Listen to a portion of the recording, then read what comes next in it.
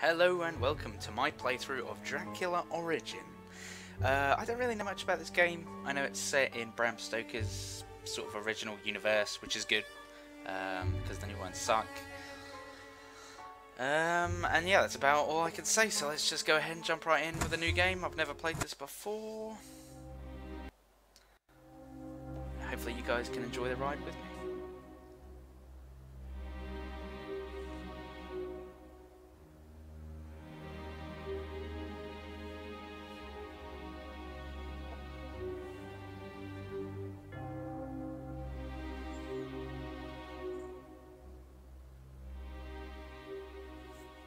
Other than sunlight, which can be fatal to them, there are very few ways in which to conquer a vampire. However, various legends and reference books about these creatures of the night, as well as my own experiments, have affirmed the following.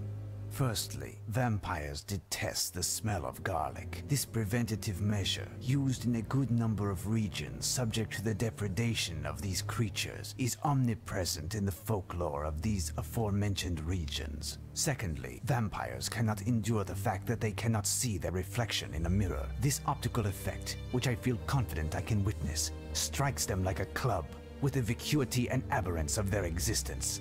Thirdly, some storytellers mention an irrational fear of running water, as well as a specific vulnerability to silver bullets. I have not been able to test and validate these theses. In fact, during the half a lifetime that I have dedicated to the research and annihilation of these creatures, I have only had as true recourse 3 weapons which have proven decisive. The crucifix foremost. Brandished with conviction, it fights off these creatures and prevents for a moment all attacks from them. Next, holy water. It serves to inflict wounds on the creature because it burns its flesh like acid. Lastly, a wooden stake is the final instrument of destruction.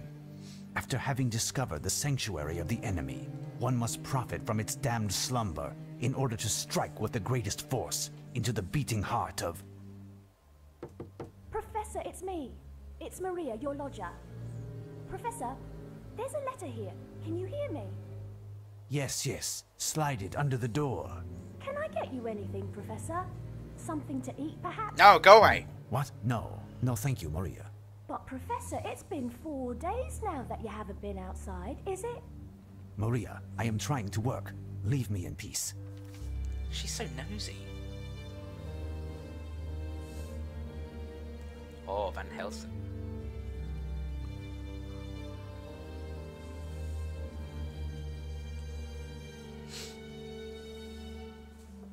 My friend, how can I allow you to leave? And what will become of you? I should have been in your place in this cursed castle and being destroyed by the one whom I have chased for years. You've had Mina. Poor thing. What grief I will cause when I shall tell her the news. There isn't a moment to lose. We must inform Mina. She is in grave danger. Dear Professor, it's a strange manner in which we commence the letter, but I hope that you shall never have to read these words. For if that is the case, it is because a grievous destiny, worse even than death perhaps, has put an end to my existence. Know that at the time in which I write these lines, I find myself at the very heart of evil, in one of the rooms of Count Dracula's castle. Oh, that's not good. This missive will take many weeks to reach you, more time than my return trip to London, which I will make if I am able to carry through my terrible task. This letter would thus have no relevance. Hence, if you're reading this, pray for my soul. Finding the beast's lair was no simple task. The Count's subordinates are everywhere east of Vienna, and they maintain a veil of secrecy and terror regarding the very existence of our enemy. With force, passion, threats, so the location of the council. Yeah, so east of Vienna, which Vienna would be Austria, is in Austria. East of that is sort of Romania, that sort of area, which is where the Dracula sort of myth and legend was born. So, good.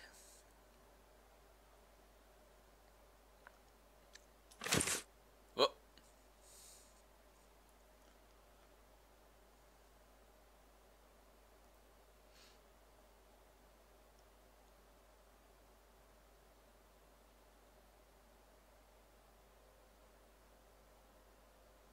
Mrs. Melford admitted an elegant man dressed in black into their flat shortly after Mr. Melford returned to the domicile after a long day of work. As soon as he entered the flat, an eerie and colossal black bird flew out one of the windows in the direction of the National Gallery, Trafalgar Square.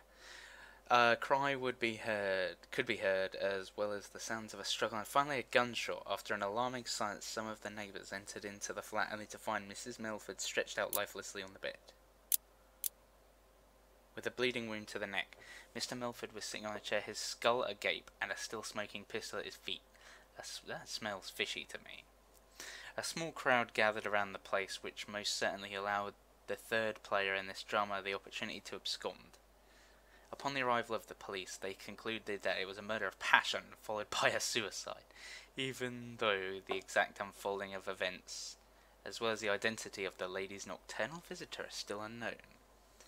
Note testimonies taken at this crime scene are very troubling, particularly regarding the colossal black bird. Right. Come in, Professor.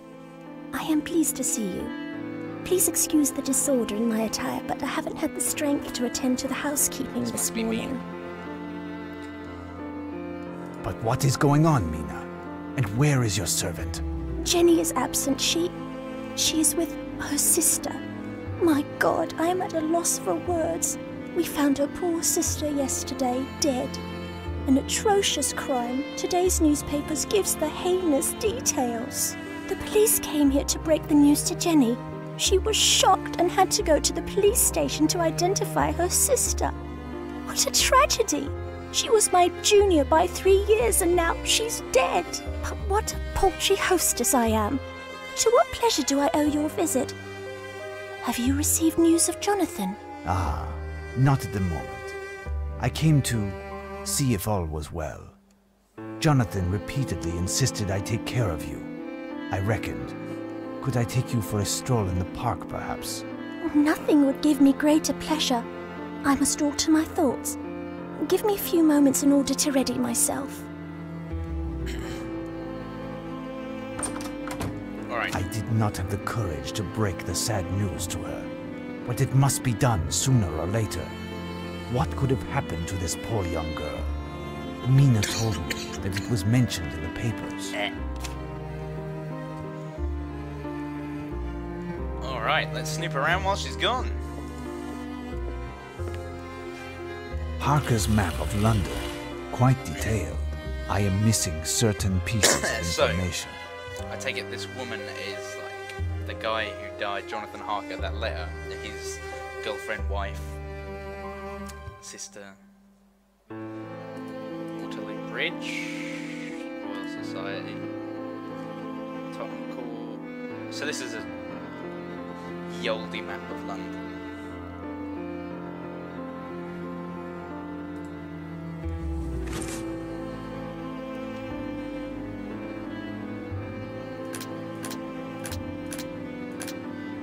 So I have a crucifix. That's always good. And some matches.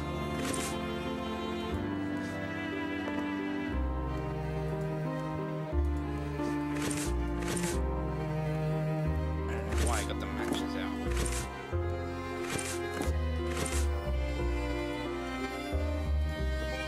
Let's check out that newspaper.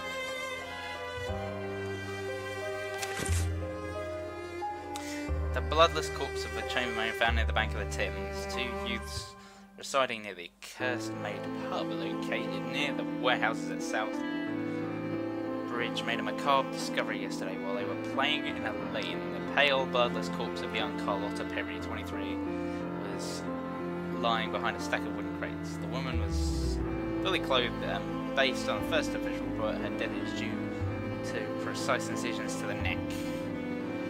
So, it doesn't sound like it was a vampire at all, which caused her blood to drain. A curious point is the almost complete absence of blood on the ground near the corpse. On the other hand, a few local trollops seem to be led directly towards a wall located on the banks of the Thames, and the proprietor, who's been assisting the police in their investigations, confirms having seen them continue to the roof in the same direction, that is, towards the Tate Art Gallery. The precise circumstances are more important. The motivations of such a barbaric act are still unknown. The victim an exemplary servant, had an excellent reputation, led a life without incident. 1898, okay. Vampires possess numerous powers, such as uncommon physical capabilities and the ability to transform into bats. Bats. Alright, let's go. Beautiful roses. Alright, well, I guess we...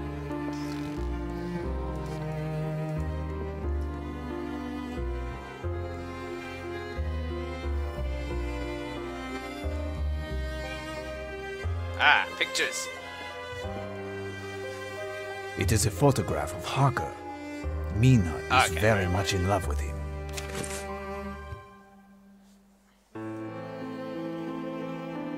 He doesn't look that old. Nope.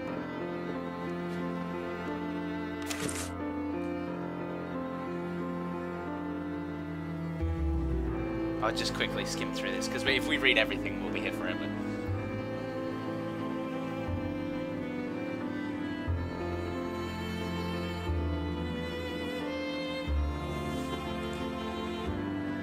Damnation! This cannot be a coincidence. Harker's letter spoke of his host's interest in London. I must get to the bottom of this. So basically we found a load of articles and stuff pointing towards Dracula being in London. Beautiful roses. Yeah, I was gonna say it again. Nice house. I have no in... Alright, let's go this way then. It seems that I have not... Ah. Just look at this stuff. This pile of newspapers must have belonged to Harker. He kept them to help him in his hunt. Perhaps I will find the article to which the News Times made reference today. Ah, these are dated, I'm pretty sure that was something to do with it. These articles surely contain some clues which will permit me to discover where the perpetrator of these wrongdoings has taken refuge.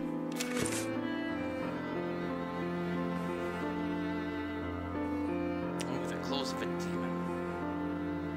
A faithful parishioner escapes the claws of a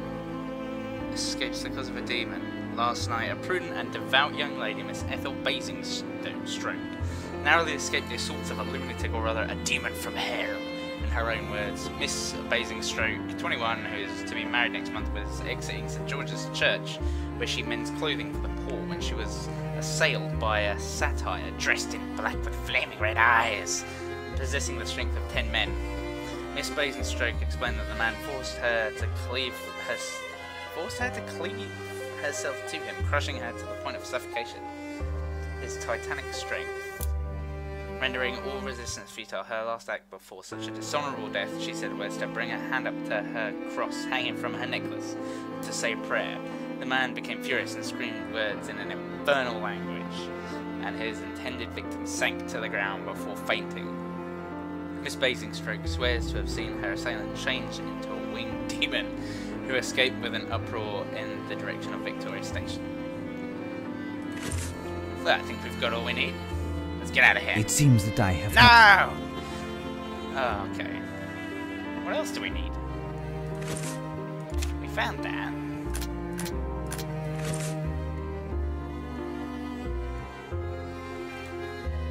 I have no... No? Interesting going that way. I guess we go back to the map, maybe. These articles surely contain some clues which will permit me to discover where the perpetrator... Oh, we draw lines. That's where the corpse of Jenny's young sister was discovered. That's where the corpse of Jenny's young... And that's the direction which... Damn it. That's where the corpse of Jenny's young... And that's the direction which the aggressor took to escape.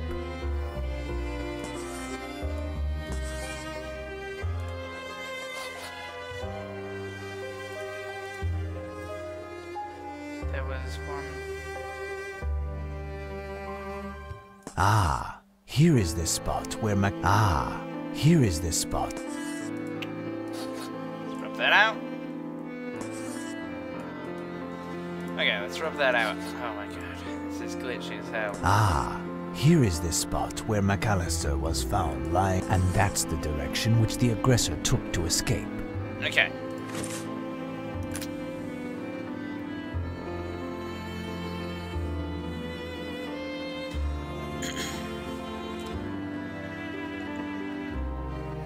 Okay, next to the New Kent Road station. New Kent Road station. Going towards the National Gallery. Right, New Kent Road station.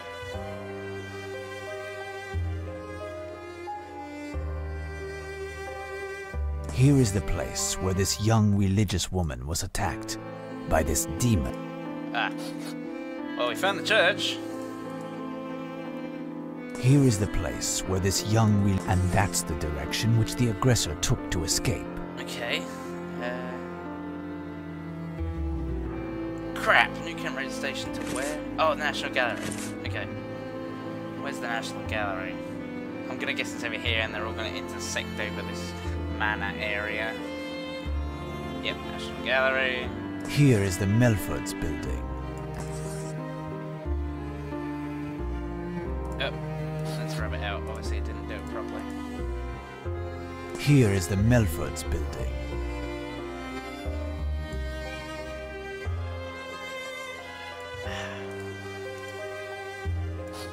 Rub it out, do it again! Here is the Melfords building. And that's the direction which the aggressor took to escape. Okay. All of these paths cross at a point Godalming Manor, next to Bloomsbury Cemetery. I must get there as soon as possible while it is still day. The park and Mina will wait. Great. Let's get to a creepy place. Seems that all the ways that the assassin took to escape after each attack cross at one point. Godalming Manor. Next to the Bloomsbury Cemetery. Without doubt, the demon must have a lair. Let's find it and destroy it if we can. The hour of confrontation approaches. My dear child, I had forgotten some urgent business that calls me elsewhere in London. We aren't going to the park. It is only postponed for the time being. But I would like you to do something for me. Could you please find me a dozen bulbs of garlic from one of the markets? Bring them here and hang them near the windows. Near the windows? Ah, yes. I do not have the time to explain it to you, but you must do this for me. And if a stranger comes to see you and claims to be here on my behalf, or that of Jonathan, do not, under any circumstance, let them in. You are alarming me, Professor. Should I be worried? No, it is nothing. At least, I think not. All will be well. I shall return this evening, and we shall dine together, if I am still alive. Alright guys, I'm going to leave it here. Tune back in for episode 2 and we will continue this. Leave a message in the comments if you've played this before and you have any tips. Otherwise, see you next time.